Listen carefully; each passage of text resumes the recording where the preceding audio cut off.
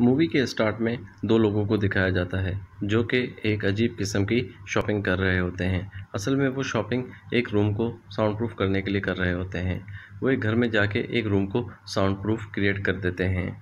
फिर हम देखते हैं वही दो लोग गाड़ी में बैठे होते हैं।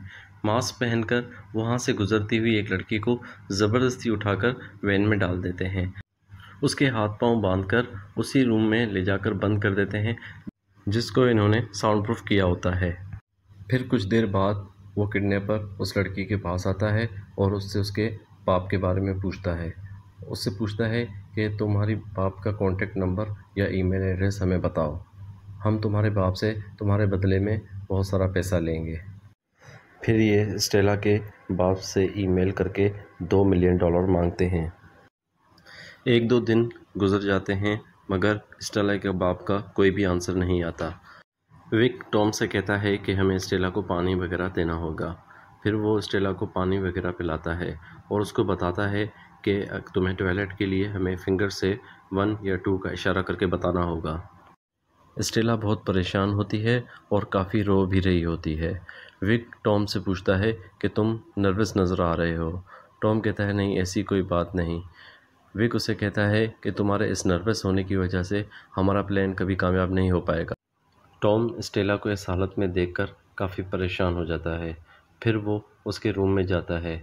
वहाँ पर स्टेला उसे कहती है कि मुझे यूरिन पास करना है। टॉम उसके हाथ पांव खोल देता है और गन निकाल के खड़ा हो जाता है। स्टेला उसे कहती है कि तुम दूसरी तरफ देखो, नहीं तो मैं नहीं कर पाऊँगी। फिर टॉम उसकी तरफ नहीं देखता और दूसरी तरफ मुंह करके खड़ा हो जाता है। स्टेला वहाँ से एक टब उठाती है और उसके सर पे दे मारती है और फिर उसकी गन छीन लेती है। टॉम उसे मना करता है कि तुम यहाँ से निकल नहीं पाओगी और ये गन मुझे दे दो। टॉम स्टेला से गन छीनने की कोशिश करता है तो स्टेला गोली चला देती है। इस चक्कर में टॉम का मास्क उतर जाता है और स्टेला उससे देखकर सरप्राइज हो जाती है और उससे पूछती है कि तुमने ऐसा क्यों किया। एक्चुअल में टॉम और स्टेला एक दूसरे को जानते थे। टॉम स्टेला से कहता है कि तुमने मेरी ज़िंदगी बर्बाद कर दी है। बातों बातों में टॉम स्टेला पे अटैक करता है और उससे गन छीन लेता है और उसे दोबारा से बांध देता है और वहाँ से चला जाता है। विक घर से बाहर गया हुआ होता है और कुछ टाइम बाद वो घर वापस आता है। टॉम विक का दरवाज़ा खोलता है। विक उसे बताता है कि स्टेला के फादर अभी भी एग्री नहीं हुए, हमें कुछ और सोचना पड़ेगा।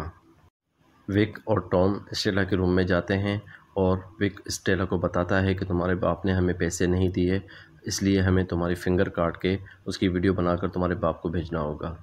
ये सुनकर स्टेला काफ़ी परेशान हो जाती है। विक स्टेला को कहता है कि अपने फादर को बताओ कि तुम यहाँ पर किस हालत में हो। स्टेला अपने डैड से कहती है कि प्लीज़ मुझे बचा लें, मैं प्रेग्नेंट हूँ, प्लीज़ मुझे बचा लें। ये सुनकर टॉम थोड़ा हैरान हो जाता है और विक से कहता है कि बस वीडियो बहुत अच्छी रिकॉर्ड हो गई है, हमें इसकी उंगली काटने की ज़रूरत नहीं, इसका बाप हमें पैसे दे देगा। अगले दिन विक और टॉम स्टेला को खाना खिलाने के लिए उसके रूम में जाते हैं। विक स्टेला को खाना खिलाने की कोशिश करता है, स्टेला उसे मना कर देती है। स्टेला कहती है कि मुझे दूसरे वाले के हाथ से खाना खाना है। विक उसकी बात नहीं मानता। फिर स्टेला नीचे देखती है, कल उसने गोली चलाई थी तो उस गोली का कवर नीचे पड़ा होता है। टॉम उस कवर को उठाने की कोशिश करता है तो विक उससे कहता है कि आखिर तुम ये कर क्या रहे हो। मगर टॉम फिर भी बड़ी चालाकी से वो कवर उठा लेता है और विक को पता नहीं चलता। टॉम वॉशरूम में जाकर उस कवर को फ्लश करने की कोशिश करता है मगर कवर फ्लश नहीं हो रहा होता है। इतने में विक अंदर आ जाता है। टॉम जल्दी से उस कवर को निगल लेता है। इसके बाद टॉम स्टेला के रूम में जाता है और उससे पूछता है कि तुमने ऐसा क्यों कहा कि तुम प्रेग्नेंट हो। स्टेला उसे बताती है कि मैं रियल में प्रेग्नेंट हूँ और ये तुम्हारा बच्चा है।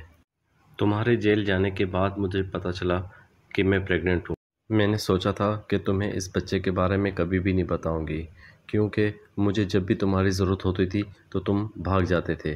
स्टेला टॉम से पूछती है कि तुमने मुझे क्यों किडनैप किया। टॉम उसे बताता है कि मैं और मेरा दोस्त जेल में मिले थे और हमने वहीं पर प्लान किया था तुम्हें किडनैप करने का। स्टेला टॉम से कहती है कि अगर तुम्हें यकीन नहीं होता कि मैं प्रेग्नेंट हूँ तो तुम मेरे मोबाइल में रिपोर्ट्स चेक कर सकते हो। टॉम स्टेला का मोबाइल ऑन कर ही रहा होता है तो साथ ही उसको ख्याल आ जाता है कि मोबाइल ऑन करने से पुलिस को लोकेशन का पता चल जाएगा।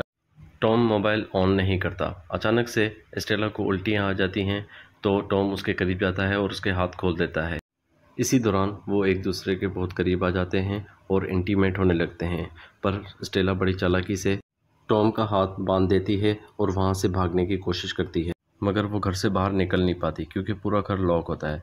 फिर स्टेला अपना मोबाइल ऑन करती है और पुलिस को कॉल करती है, मगर स्टेला को ये नहीं पता होता कि वो कहाँ पर है। फिर स्टेला रियलाइज़ करती है कि कीज़ टॉम के पास होंगी। वो टॉम के करीब जाती है। स्टेला कीज़ उठाने की कोशिश कर ही रही होती है, इतने में टॉम अपना हैंड खोलकर उसको ज़ख्मी कर देता है। स्टेला बेहोश हो जाती है। फिर टॉम स्टेला को वापस बांध देता है। स्टेला को मारकर टॉम को काफ़ी बुरा महसूस हो रहा होता है। इतने में ही विक घर के अंदर आता है और टॉम को बताता है कि स्टेला के फादर पैसे देने के लिए एग्री हो गए हैं। आज वो दोनों बहुत खुश थे। विक टॉम से कल के लिए गाड़ी तैयार करने के लिए कहता है।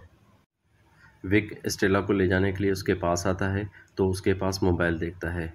मोबाइल देखकर विक काफ़ी परेशान हो जाता है। विक मोबाइल उठाता है तो ऑन करके देखता है तो पुलिस को भी कॉल की गई होती है। वो समझ नहीं पाता कि स्टेला के पास मोबाइल कैसे आया। वो सोचता है अगर टॉम ने इसको मोबाइल दिया है तो क्यों दिया है।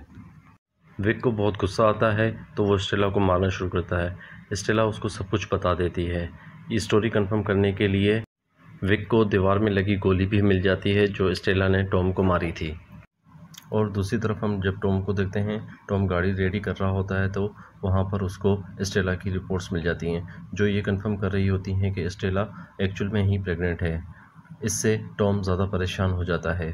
अब उसको समझ नहीं आती कि वो उसको करना क्या है।